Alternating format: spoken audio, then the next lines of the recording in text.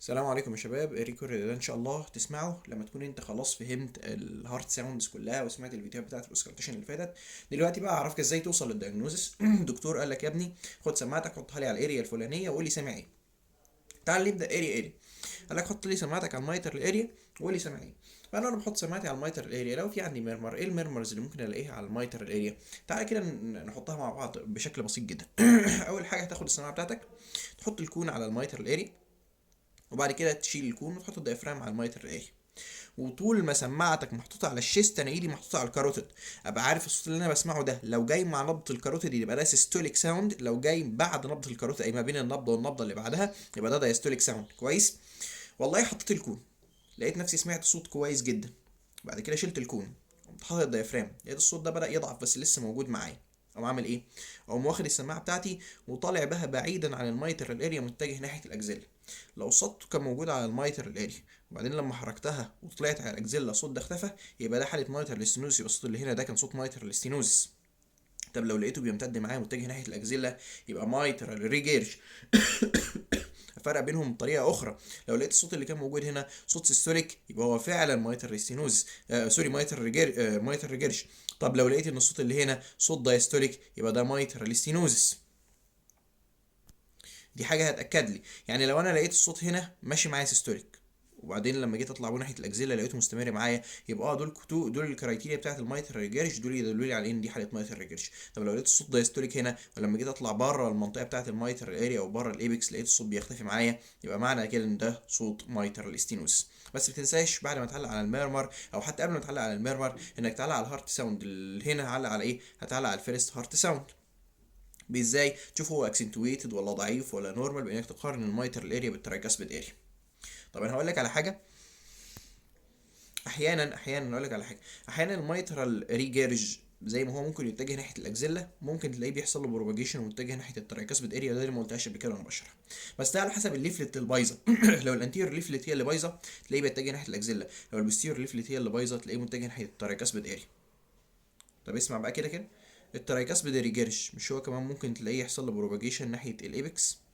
طب ازاي افرق؟ انا كده عندي اتنين ميرمرز، واحد منهم بيبدا عند الميتر وينتهي عند الترايكاسبيد، يعني موجود في في المسافه دي اللي هو الميتر ريجيرش، وواحد منهم بيبدا عند الترايكاسبيد وينتهي عند الميترال او عند الايبكس وده الترايكاسبيد ريجيرش. ازاي افرق ما بين الاتنين؟ حط سماعتك على الترايكاسبيد اريا وقول للمريض خد نفس عميق، ياخد انسبيريشن. لما المريض ياخد انسبيريشن، الحاجات اللي بتزداد بالانسبيريشن هي الميرمرز بتاعت الفالفز اللي موجوده على الرايت سايد اوف ذا هارت. فلو كان ترايكاسبيد ريجيرش هتلاقي الصوت بتاعه بيعلى، لو كان مايترال ريجيرش هتلاقي الصوت بتاعه زي ما هو. طب تقول لي حطيت سماعتي على التراكاسبيد، بص كده كده انا خلصت لك ايه؟ خلصت لك الميرمرز المحيطه بالمايتر الاري. طب بالنسبه للميرمرز بتاعت التراكاسبيد اري انا هقول لك غالبا باحتماليه 90% مش هيجي لك حاله تراكاسبيد فالف ديزيز. بس انت هتعملها ازاي؟ قال لك يا ابني حط سماعتك على التراكاسبيد اري واسمع الصوت. حطيت سماعتي على التراكاسبيد اري، ايه الفالفولار ميرمرز اللي ممكن يكونوا موجودين على التراكاسبيد اريا؟ ممكن يا اما يكون تراكاسبيد ستينوزيس يا اما تراكاسبيد ريجيرش. والله لو سماعتي موجوده على التراكاسبيد اري وقلت للمريض خد ديب انسبيريشن لقيت الميرمر اللي انا سامعه بيزداد، يبقى اكيد ده ميرمر جاي من التراكاسبيد. طب هو تراكاسبيد ستينوزس ولا تراكاسبيد ريجيرج؟ يبدا احرك سماعتي بعيد عن التراكاسبيد اريا متجهه ناحيه الايبكس. لو الصوت بدا يختفي يبقى ده حاله تراكاسبيد ستينوزس لانه لوكالايزد. طب لو الصوت بدا يمتد معايا وانا متجه ناحيه الايبكس يبقى ده تراكاسبيد ريجيرج. انا كده خلصت لك المايتر او تراكاسبيد اري. وما تنساش ان دايما انا ايدي على الكاروتيد عشان يميز لي هل ده سيستوليك ولا دايستوليك ميرمر، عشان ياكد لي الحاجه اللي انا التشخيص اللي انا بقوله. طبيعي ان هلاقي الترايكاسبيد ستينوزس دايستوليك وهتلاقي الترايكاسبيد ريجيرج سيستوليك. طيب خلصت الترايكاسبيد اري، اطلع على البلمونري اري. في غالبيه الاحوال البلمونري اريا مش ما بنلاقيش عندنا فالفيولار هارت ديزيز فيها، بس اشهر حاجه ممكن تكون موجوده مع بعض حالات الهارت الكاردياك ديزيز هي البلمونري هايبرتنشن. تعمل ايه؟ تحط سماعتك على البلمونري اري تسمع السكند هارت ساوند او عموما الهارت ساوند بشكل عادي، وبعدين تنقلها على الاورتيك اريا. المفروض ان الصوت يبقى اعلى على الاورتيك اريا اعلى منه على البلمونري اريا للهارت ساوند النورمال هارت ساوند. طب لو لقيت ان الصوت على البلمونري اريا اعلى منه على الاورتيك اريا يبقى معنى كده الشخص ده عنده بلمونري هايبرتنشن. ده للدايجنوز. ادخل على الاورتيك اريا، الدكتور قال لك يا ابني حط سماعتك على الاورتيك اريا 1 وقول لي سامع ايه. قال له دكتور حط سماعتي على الاورتيك اريا 1، وبعد كده ابدا اسمع. لو لقيت نفسك سامع ميرمر هارش سيستوليك ميرمر لدرجه ممكن تسمعه من غير السماعه، وبعدين بدات تطلع بايدك السماعه بتاعتك على الكاروتيد، لقيت الصوت ممتد معاك، بدات تنزل بيه ناحيه الايبكس، لقيت الصوت ممتد معاك، يقول له يا دكتور ده شور دايجنوز ان الحاله اللي موجوده عندي دي حاله اورتيك ستينوز. طب وانت نازل كده يقول لك طب ما تحط لي سماعتك كده على اورتيك اريا 2 يمكن تلاقي حاجه هناك. لو حاله اورتيك ريجرج على الاورتيك اريا 2، بص على الاورتيك ريجرج على الاورتيك اريا 2 صعب قوي انك تسمعه لانه دايستوليك ميرور، والدايستوليك ميرور بيبقى صحيح ضعيف جدا. بس تخيل انك على اورتيك اريا 2 سمعت صوت غريب، عايز تتاكد ان دي حاله اورتيك ريجرج ومش متاكد، قول له يا دكتور انا هبص على البريفرال ساينز، تقوم بص على البريفرال ساينز بتاعت الاورتيك ريجرج، تبص على الكاروتيد شادر، على الكوروجين ساين، تبص على الديموزي ساين، تبص على الوايد بالس بريشر اللي موجود في الابر ليم، على الهيلز ساين بتاعت اللور ليم، تقول له دكتور هنبص على البريفرال بوزيشنز بتاعت الاورتيك ريجرج، دي اللي اتاكد لي ان في حاله اورتيك ريجرج، لان الاورتيك ريجرج دايستوليك ميرمر، والدايستوليك ميرمر صعب جدا ان انا اسمعه.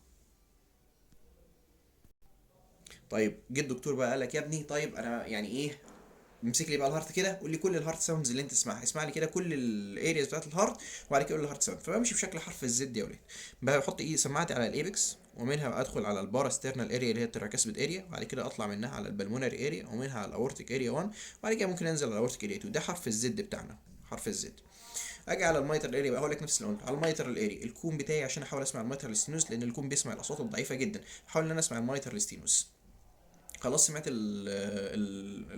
الميرمر، سواء سمعت ميرمر او ما سمعتش ميرمر بالكون، بقوم قلب الدايفرام. بس اللي ببدا ليه بالكون عشان لو فيه مايترال ستينوزس ميرمر الكون هيوضحه لي اكتر من ان انا ابدا بالدايفرام، لو بدات اسمعه بالدايفرام مش هسمعه خالص.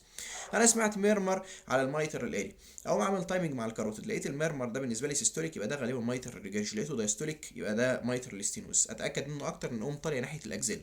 لو لقيت الميرمر بتاعي بيتوقف وانا متجه ناحيه الاكزيلا يبقى ده حاله مايترال ستينوزس، لان الميرمر بتاع المايترال ستينوزس لوكالايزد هنا. لو لقيته ممتد معايا للاكزيلا او حتى ممتد معايا للتراكاسبيد اريا يبقى ده مايترال ريجرج. طب بروح جاي واخد سماعتي ورايح على التراكاسبيد اريا، على التراكاسبيد اريا عايز اتاكد ان ده الميرمر اللي على التراكاسبيد اريا ده ميرمر من التراكاسبيد نفسه، مش بروباجيتد من الميترال ولا بروباجيتد من البلمونري. اعمل ايه؟ اقول للمريض خد ديب انسبيريشن. لما المريض ياخد ديب انسبيريشن المفروض الميرمرز بتاعت التراكاسبيد تبدا تعلى، بينما الميرمرز البروباجيتد من اي مكان اخر غير التراكاسبيد مش هتعلى في المنطقه دي.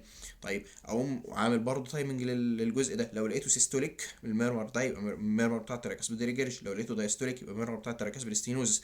عايز تتاكد اطلع بسماعتك بره التراكاسبيد اريا، لو لقيت الميرمر ممتد معاك وانت رايح ناحيه الايبكس يبقى ده التراكاسبيد ريجرج، اختفى يبقى ده التراكاسبيد ستينوزس. خد سماعتك واطلع على البلمونري اريا وقارنها بالاورتيك اريا عشان تشوف البلمونري هايبرتنشن. لو لقيت الاصوات بتاعه الهارت ساوند تحديدا السكند هارت ساوند عالي على البلمونري اعلى منه على الاورتا يبقى ده بالمونري هايبرتنشن. طب يا دكتور الفالفولار هارت ديزيز بتاعه البلمونري هقول لك نادره، زي نضرب برضه التراكاسبيد ديزيز. انت اغلب الفالفولار هارت ديزيز والمرضى اللي هيجوا لك يا اما مايترال ديزيز يا اما اورتيك ديزيز. نادر قوي انك تلاقي تراكاسبيد، ولو لقيت هتلاقي تراكاسبيد ريجيرش، ونادر انك تلاقي بلمونري، ولو لقيت هتلاقي بلمونري هايبرتنشن. طيب ما امشي من البلمونه نروح للاورتيك اريا، سمعت صوت ابنورمال على الاورتيك اريا، اعمل ايه؟ احط سماعتي بتاعتي على الاورتيك اريا وانا بعمل تايمنج مع الكاروتيد، وابدا اتجه بسماعتي متجه ناحيه الكاروتيد. لو لقيت ان الميرمر ده سيستوليك وصوته عالي قوي لدرجه ان ممكن اسمعه من غير السماعه هارش ميرمر، ومتجه معايا للكاروتيد ومتجه معايا لتحت، يبقى ده شور ان ده حاله اورتيك ستينوز. طب لو عايز اسمع الاورتيك ريجرج انزل على الاورتيك اريا 2، وانت بتسمع على الاورتيك اريا 2 هتلاقيها صعب قوي انك تسمع الميرور بتاع الاورتيك ريجرج، فما تحاولش انك تسمع الميرور، ان هو ابدا ادور على البريفرال ساينز بتاعته اللي انا ذكرتها لك في الفيديو اللي فات. ما تنساش يا ابني ان في اي حاله من الحالات لازم اعلق على الفيرست والسكند هارت ساوند بمقارنه الميترال والترايكاسبيد. في بقى يعني هقول لك على حاجه تانية. في ممكن دون ان الحالات دي كلها يجي لك واحد تلاقي عنده، وركز في اللي انا قلت لك دلوقتي لانها حاله ممكن تنزل لك فعلا، وفي الناس عندهم كده، تلاقي واحد عنده سكار شقه نص الاسترنم، يعني ده كان عامل اوبر هارت، وبعدين تيجي تسمع عنده الفالفولار هارت ديزيز، تلاقي الفالفولار هارت ديزيز غريبه قوي. انت المفروض عندك ضب صح، اللي هو الفيرست هارت ساوند والسكند هارت ساوند. لو انت بتسمع، لو لقيت واحد عنده سكار في منتصف الشيست، ما تحاولش انك تسمع ميرمرز، حاول اكتر انك تسمع صوت الفالف المتغير، لانه غالبا لما يكون عامل عمليه ميديان سترنوتومي سكار غالبا دي بتبقى عمليه تغيير صمام او تغيير شريان، فانت عندك احتمال ان هو يكون مغير صمام صح.